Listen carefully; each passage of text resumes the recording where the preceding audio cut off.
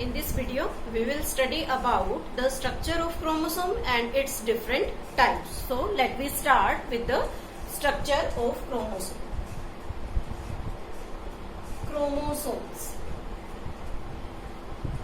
जब हम क्रोमोसोम के बारे में स्टडी करते हैं या स्टार्ट करते हैं, तो जैसे हमने लास्ट वीडियो में न्यूक्लियस की स्टडी की और न्यूक्लियस में देखा कि न्यूक्लियोप्लाज्म में एक थ्रेड लाइक स्ट्रक्चर है जिसे हमने क्या नाम दिया था, क्रोमेटिन. अगर हम यहाँ छोटा सा स्ट्रक्चर उसका ड्रॉ कर ले तो ये मेम्ब्रेन डबल लेयर्ड है और इसके बीच में ये पूरा एक इंटरमिंगल्ड फॉर्म में स्ट्रक्चर प्रेजेंट है.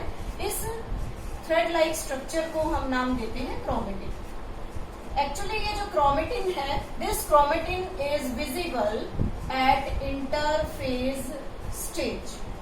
इंटरफेज स्टेज मीन्स जब कोई सेल डिवाइड नहीं कर रही है उस टाइम जो न्यूक्लियस में थ्रेड लाइक स्ट्रक्चर, न्यूक्लियोप्लाज्म में जो थ्रेड लाइक स्ट्रक्चर विजिबल होता है उसे ही हम क्या कहते हैं, क्रोमेटिन कहते हैं.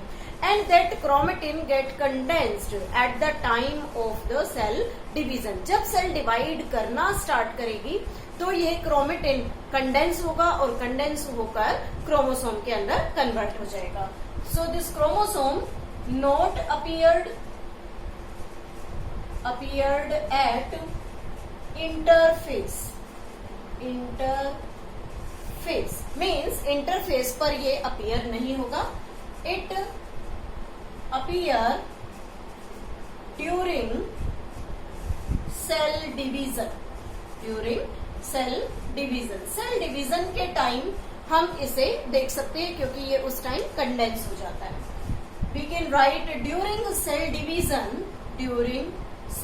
division, chromosome, or you can say chromatin condensed. Chromatin condensed, and this condensed chromatin is known as chromosome. इसी condensed chromatin को ही हम क्या नाम देंगे, क्रोमोसोम कहेंगे. First of all, who observed this chromosome? Hofmeister first observed chromosome. सबसे पहले होफमिस्टर ने क्रोमोसोम के बारे में स्टडी की और you can say it is observed by the Hofmeister. After that Strasburger gives idea about structure of chromosome.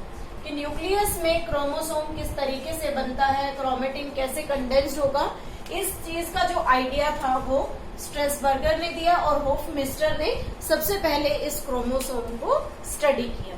After that we can say that जब हम क्रोमोसोम की स्टडी करते हैं तो एक्चुअली जो क्रोमोसोम है उसमें हम पहले बात करते हैं क्रोमेटिन की. इंटरफेसिक स्टेज में हम क्रोमेटिन की बात करते हैं. तो जो क्रोमेटिन होता है it get stained by the basic dye. ये लास्ट वीडियो में हमने पढ़ा था. And that was noticed by the scientist Flemming. ये हम पीछे लास्ट वीडियो तक पढ़ चुके हैं. उसके बाद आता है कि जब क्रोमोसोम की स्टडी करते हैं तो how many chromosomes are present in plants, animal, what are their number, what are their size. So if we talk about the size, अगर हम साइज के बारे में बात करें तो साइज जो होता है वो हमेशा it is large in animals and small in plants. Size के अकॉर्डिंग क्रोमोसोम जो है वो एनिमल्स में लार्ज साइज का और प्लांट्स में स्मॉल साइज का होता है. अगर हम इनकी नंबर की बात करें, talk about the number, then how many chromosomes are present in the plant and how we can take an idea of the chromosome. So when we talk about the number, then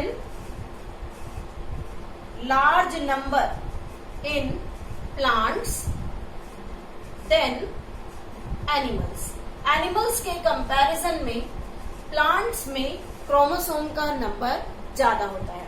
और अगर हम human being को study करें तो human being में, जैसे ये हम पीछे लोअर क्लासेस में भी पढ़ते आते हैं कि ह्यूमन बीइंग में टोटल नंबर ऑफ क्रोमोसोम होते हैं 46।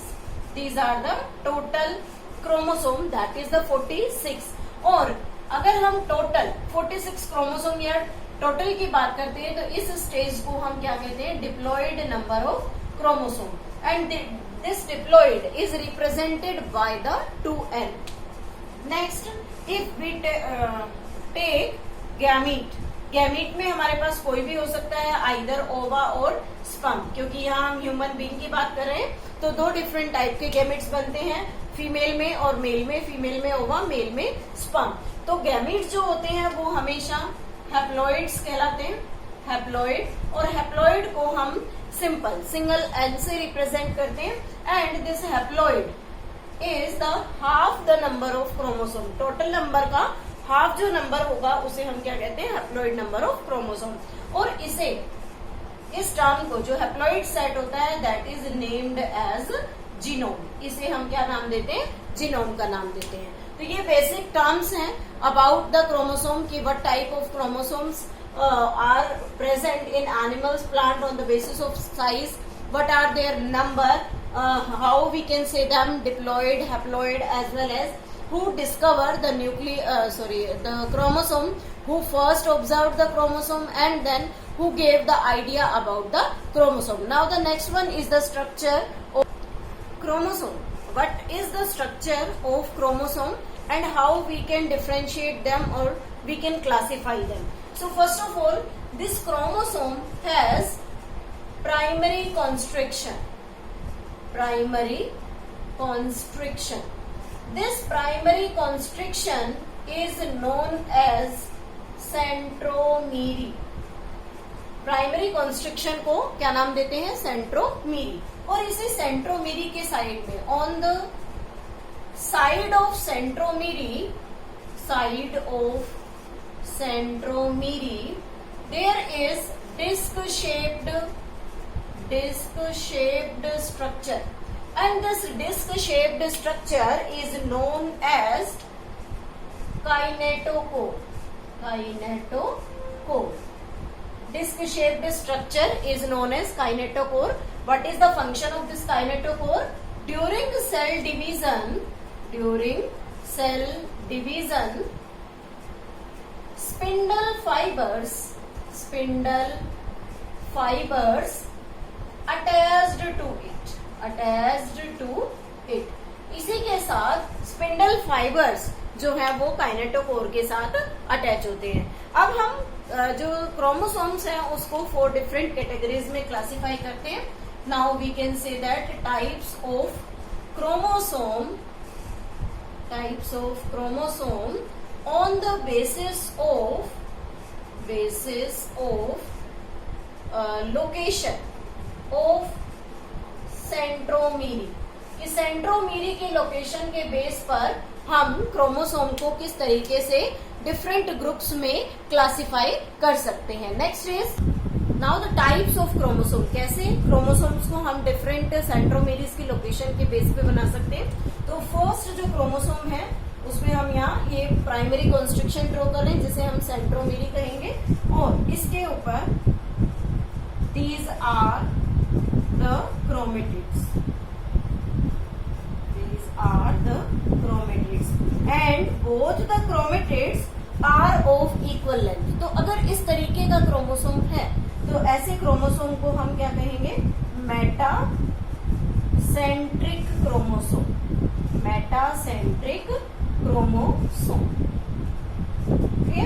इसे क्या बोलेंगे, this one is the centromere and these two are the sister chromatid. Okay? तो ये हो गया हमारा मेटासेंट्रिक क्रोमोसोम जिसमें क्रोमोसोम का जो सेंट्रोमीरी है वो सेंटर में प्रेजेंट है। एंड सेकेंड थिंग, जो आर्म्स का साइज है वो बिल्कुल इक्वल है। तो ऐसे क्रोमोसोम को क्या कहेंगे, मेटासेंट्रिक क्रोमोसोम। नेक्स्ट आता है कि अगर सेंट्रोमीरी सेंटर में प्रेजेंट ना होकर थोड़ा शिफ्ट कर जाए तो क्या होगा कि एक साइड जो क्रोमेटिड्स हैं उनका साइज थोड़ा सा बड़ा और दूसरी साइज थोड़ा छोटा होगा। तो यहाँ हम डिफरेंशिएशन देख सकते हैं कि यहाँ जो क्रोमेटिड है उसमें एक साइड क्रोमेटिड का साइज छोटा और दूसरी साइड इसके कंपैरेटिवली बड़ा है। तो ऐसे क्रोमोसोम को क्या कहते हैं? सब मेटासेंट्रिक क्रोमोसोम। नेक्स्ट आता है कि अगर ये सेंट्रोमीरी शिफ्ट हो जाए, मीन्स वन डायरेक्शन में वन साइड शिफ्ट करे, तो स्ट्रक्चर क्या होगा? जो क्रोमेटिड का साइज है वो बिल्कुल अलग हो जाएगा। It means extremely short chromatid and extremely long chromatid. तो ऐसी कंडीशन को हम क्या नाम देते हैं? एक्रोसेंट्रिक क्रोमोसोम, जिसमें सेंट्रोमीरी जो है वो बिल्कुल एक साइड क्रोमेटिड्स के शिफ्ट कर रहा है। नेक्स्ट आता है कि जब सेंट्रोमीरी टॉप पर चला जाए, टॉप पर प्रेजेंट हो और long chromatids only one side present है, तो ऐसे क्रोमोसोम को टीलोसेंट्रिक क्रोमोसोम कहेंगे। क्या कहेंगे? Telocentric chromosome. तो ये 4 डिफरेंट टाइप्स के क्रोमोसोम जो अपनी सेंट्रोमीरी की पोजीशन पर बेस्ड है। First at the centre, next which has the one long arm, one short arm, next which has the one extreme long and extreme short arm, and the centromere is at the top.